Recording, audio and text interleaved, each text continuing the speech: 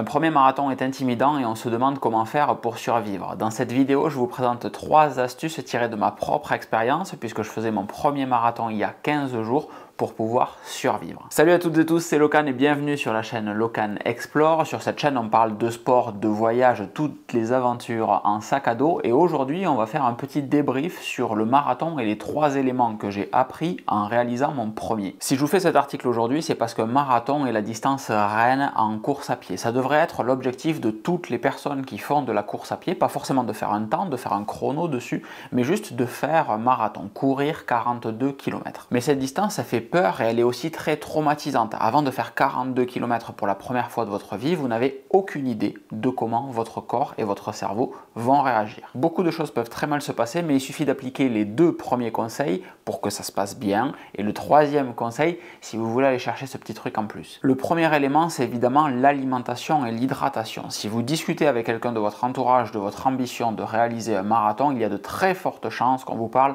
du fameux mur des 30 km. Tout le monde pourra vous parler du fameux mur du marathon, tout le monde sait qu'il y a un mur, apparemment tout le monde fait un petit peu de bricolage, mais peu de personnes seront capables de vous dire que ce fameux mur vient juste d'un manque d'énergie. Ça se manifeste très simplement, votre rythme va s'effondrer, votre vitesse va ralentir et chaque foulée va être de plus en plus compliquée. Mais il faut savoir que sur des épreuves d'endurance, typiquement un marathon, c'est l'énergie qui va venir à manquer sous forme de glycogène. Le glycogène, c'est une version complexe du glucose, pour faire très simple, et la manière la plus efficace qu'a le corps humain de stocker de l'énergie, de stocker du sucre. Ça peut être stocké dans votre foie, du glycogène hépatique, ou dans vos muscles, ça va être le glycogène musculaire. Pour éviter ce mur, j'aime pas trop le terme, mais on va continuer de l'employer, il suffit de réaliser différents entraînements de course à pied de plus en plus longs pour que votre corps apprenne à utiliser de plus en plus intelligemment le stock de glycogène qu'il a à sa disposition. Et là, il est très important de dire et de redire, de ne pas s'élancer sur un marathon sans avoir réalisé un plan d'entraînement et des entraînements adaptés à la course d'un marathon. C'est pas parce que vous courez de temps en temps avec des copains, c'est pas parce que vous faites du sport au quotidien, même si vous avez fait beaucoup de vélo ou quoi que ce soit, que vous pourrez courir un marathon en bon état. Et c'est cet apprentissage et cet entraînement en course à pied sur de longues distances, des distances de plus en plus longues, qui va apprendre à votre corps à ne pas se jeter de suite sur tout le glycogène qu'il a à sa disposition dès qu'il semble que vous fassiez un entraînement un petit peu long, une sortie en course à pied un petit peu longue.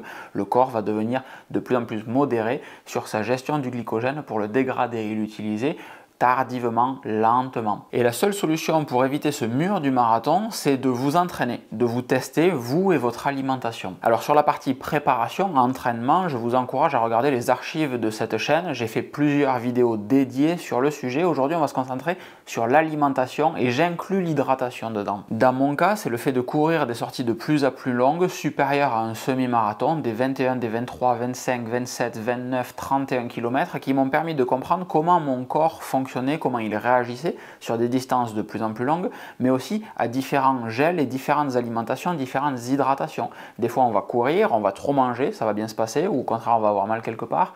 Des fois on va tester un gel qu'on va pas du tout digérer ou une boisson isotonique qui va pas être agréable. Des fois on va pas assez manger et justement on va se dire ah ok, à cette intensité là, avec cette température, cette déperdition d'hydratation, je sais que je crache là, donc c'est que j'ai pas assez mangé. L'idée c'est de vous constituer une petite base de données sur 3, 4, 5 sorties qui vous permet de savoir, ben ok, là je mange pas assez, là je mange suffisamment, là je bois pas assez, là je bois suffisamment, etc. pour savoir qu'est-ce qu'il vous faut pour votre marathon. Pour mon marathon, j'ai utilisé 2 flasques Salomon qui me permettaient d'avoir l'équivalent de 8 gels, 4 gels par flasque, et j'avais dans le sac de trail 2 litres de boisson isotonique. On dit généralement qu'il faut consommer un gel toutes les 40 à 45 minutes.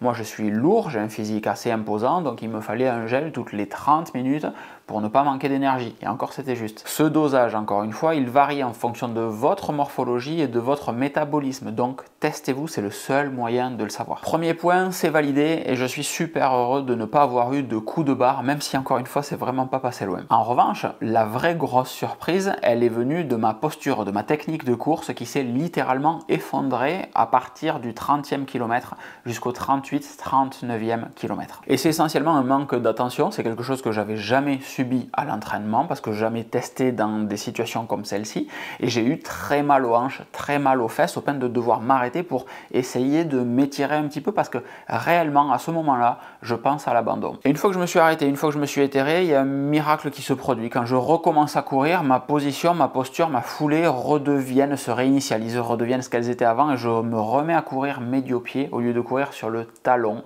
et ça détend tout. J'ai plus de crampes aux fesses, je me redresse un petit peu posturalement et j'arrive à nouveau à dérouler et à reprendre du plaisir entre guillemets quand je cours. Et en quelques mètres réellement, même pas une dizaine de mètres, mes courbatures sont parties, mes muscles se dénouent, c'est réellement bluffant. Mais tout ça, ça a commencé 10 à 15 km plus tôt, aux alentours des 20e kilomètres, où on a un léger faux plat montant et du coup sans faire trop attention parce qu'il y a un petit peu de vent, je pose un peu plus le talon que mon attaque médio-pied ou avant du pied et ensuite on arrive dans des sous-bois qui glissent avec des pines de pin, etc.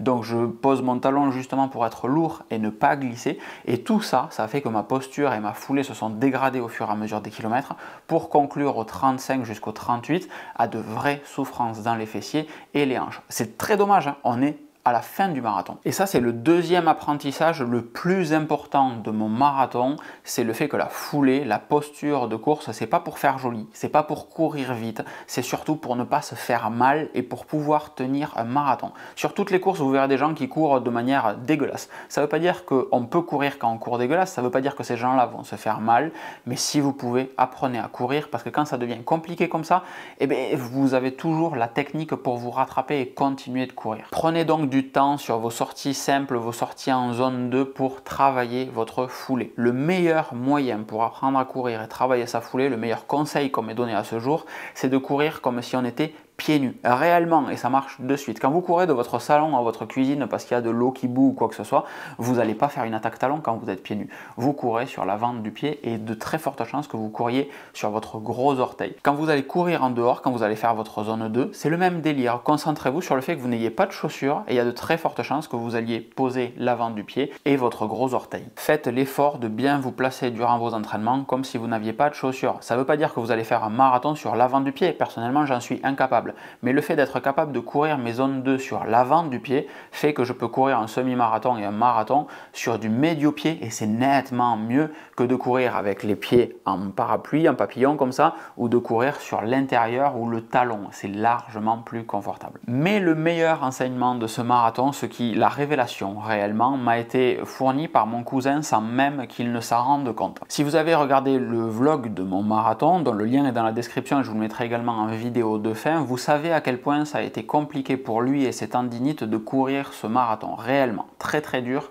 Et pour autant, il a couru 15 minutes plus vite que nous. Ce chapitre, il est super simple. Une fois qu'on a retiré la préparation physique et l'alimentation, ainsi que la technique de course, il ne reste plus que la préparation mentale, la psychologie, ce qui se passe entre vos deux oreilles, dans votre tête. C'était mon premier marathon et je pense qu'il est normal de l'avoir joué conservatif. Je voulais finir, passer la ligne d'arrivée, donc quand c'était compliqué, mon réflexe était de ralentir un petit peu, d'écouter, de savoir, parce que c'était de la découverte. Mais la réalité, honnêtement, c'est que j'ai terminé ce marathon sans trop le subir. Le lendemain, j'étais à l'entraînement, le surlendemain je courais, ça s'est relativement bien passé. J'aurais pu me faire un peu plus mal pour réaliser un chrono par exemple. Alors un chrono avec des guillemets, hein, mais passer de 4h à 3h50 par exemple, c'était déjà très sexy. Et je pense encore une fois que c'était totalement normal pour une première. On a du mal à déconnecter le cerveau du corps et de tous les signaux nerveux qui nous renvoient parce qu'il est en état d'alerte. C'est la première fois qu'on court 4 heures non-stop, il y a des bruits partout, on essaye de se concentrer, on est challengé par l'alimentation, etc., la technique de course comme on l'a vu précédemment.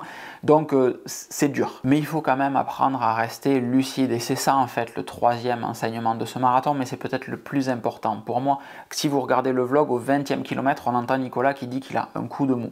Mon réflexe à moi qui suis lucide à ce moment-là, ça devrait être de lui dire « mec, mange, bois, fais ce qu'il faut pour ne pas que ce coup de mou dure. » À 24 km, il le redit, 25 km, il le redit, 26 km, il le redit.